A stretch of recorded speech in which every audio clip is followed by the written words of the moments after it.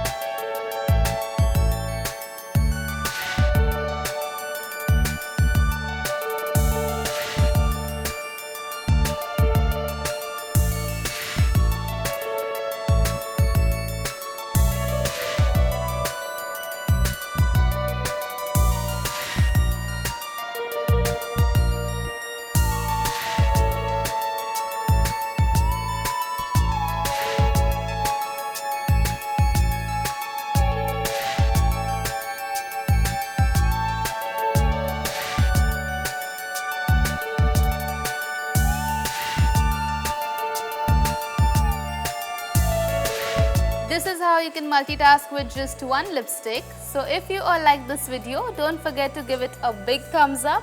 Also hit the subscribe button and the bell icon to keep yourself updated for more such videos.